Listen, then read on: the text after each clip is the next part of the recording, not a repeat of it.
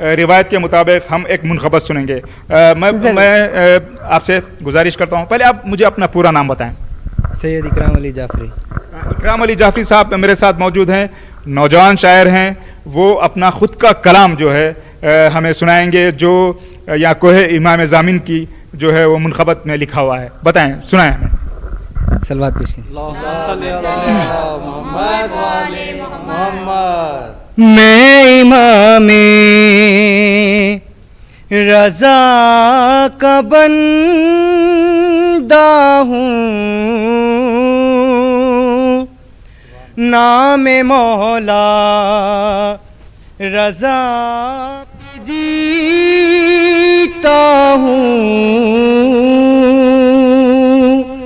میں امام رضا کا بندہ ہوں, مدح مولا رضا سناتا ہوں.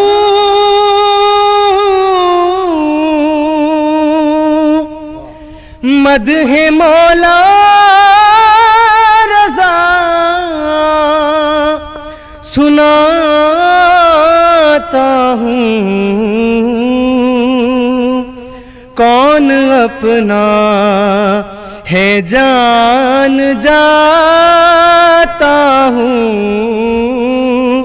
کون اپنا ہے جان جاتا ہوں.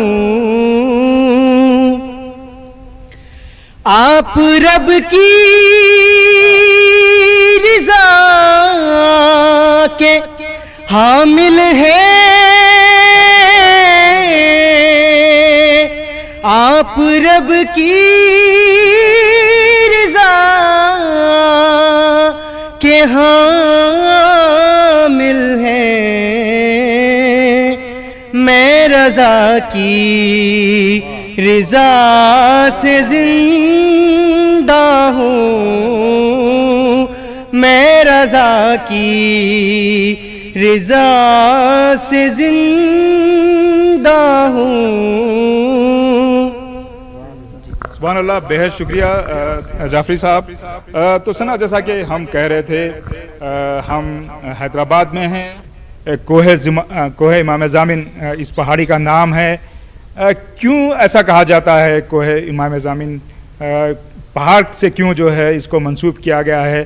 اس بارے میں جاننے کے لیے میرے ساتھ موجود ہیں ایک سماجی اور سیاسی شخصیت میر ہادی علی صاحب, جو ہمیں بتائیں گے اس کی مذہبی اہمیت کے بارے میں اور اس کا جو ہے سوشل ریلیونس کیا ہے, یا دکن کا جو علاقہ ہے خاص طور پر تلنگانہ میں. اور میں آپ کو ایک بات اور بھی بتاتا چلوں کہ چیف منسٹر تلنگانہ کے چندر شیکھر راؤ جب بھی کسی جو ہے کام سے باہر نکلتے ہیں, خاص طور پر شہر کے باہر نکلتے ہیں, تو وہ آپ دیکھ سکتے ہیں کہ وہ اپنے بازو پر جو ہے وہ امام ضامن باندھتے ہیں. تو اس بارے میں بھی بات ہوگی.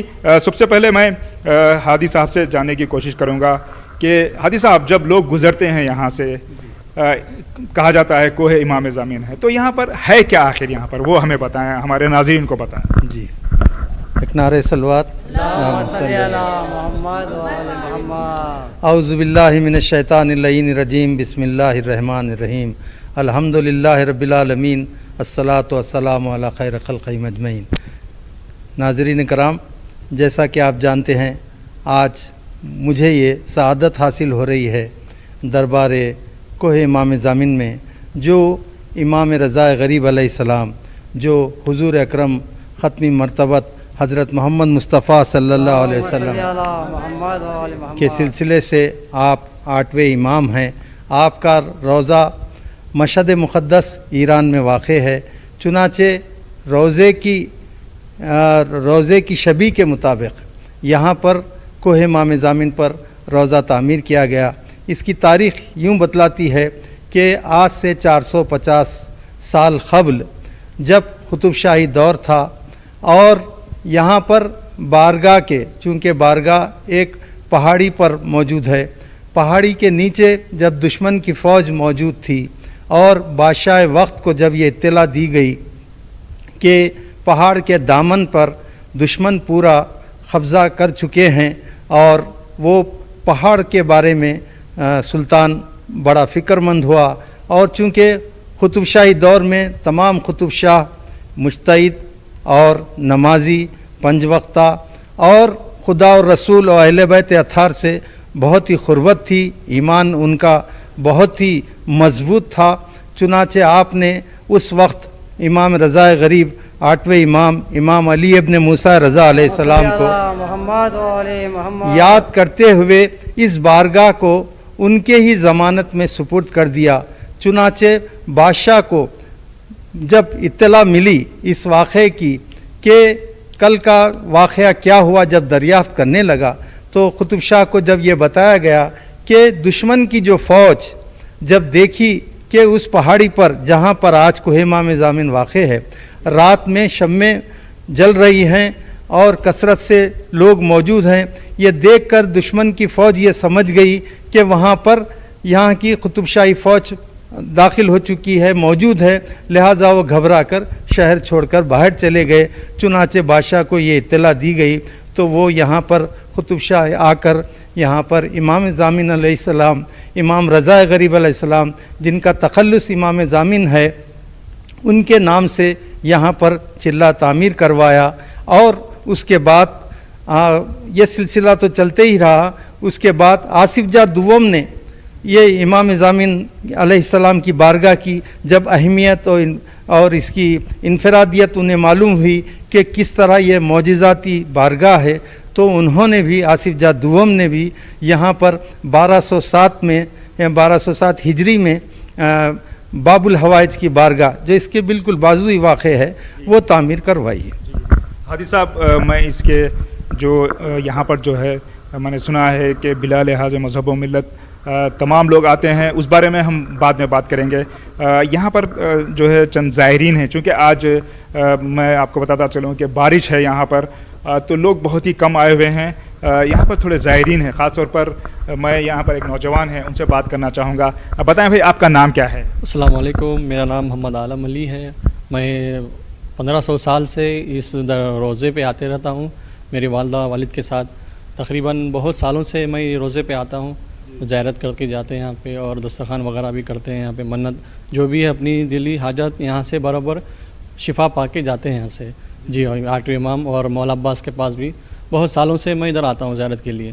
جی، تو ابھی آج آپ خاص طور پہ آئے ہوئے ہیں، تو کیا آپ کی منت ہے؟ کس سلسلے میں آپ زیارت کے لیے آئے ہیں؟ کیا ہمیشہ آپ آتے رہتے ہیں، بغیر منت کے بھی آتے ہیں؟ جی ہاں، جی ہاں، بے شک میں بغیر منت کے زیارت کے لیے امام رضا کے جو حیدرآباد میں ایک ہی جو درگاہ ہے، روضہ ہے امام رضا کا، صرف یہاں پہ ایک ہی ہے 8ویں امام کا، تو تقریباً بہت سالوں سے میں آتے رہتا ہوں اور بغیر منت کے بھی ادھر آ کے زیارت کر کے جاتے رہتا ہوں۔ جی، یہاں پر ایک اور خاتون موجود ہے، ماں ہم آپ سے بات کرنا چاہتے ہیں، تھوڑا آگے آئیے۔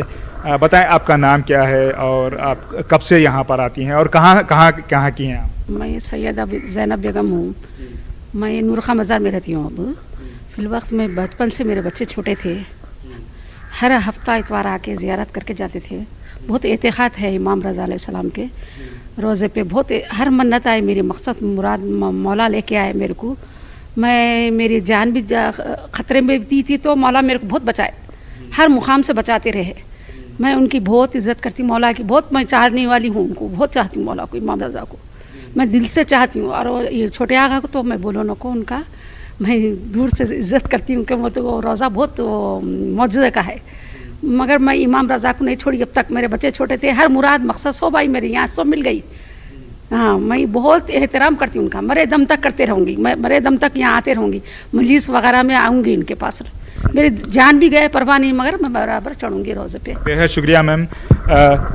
ناظرین، یہاں پر جو ہے یہ جو درگاہ کا احاطہ ہے، درگاہ کا جو کمپلیکس ہے، کافی وسیع کمپلیکس ہے، اور اطراف اکناف میں جو ہے وہاں یہاں پر جو ہے کافی کھلا میدان ہے، اس کے بازو جو ہے ایک کینٹونمنٹ جو کا ایریا ہے۔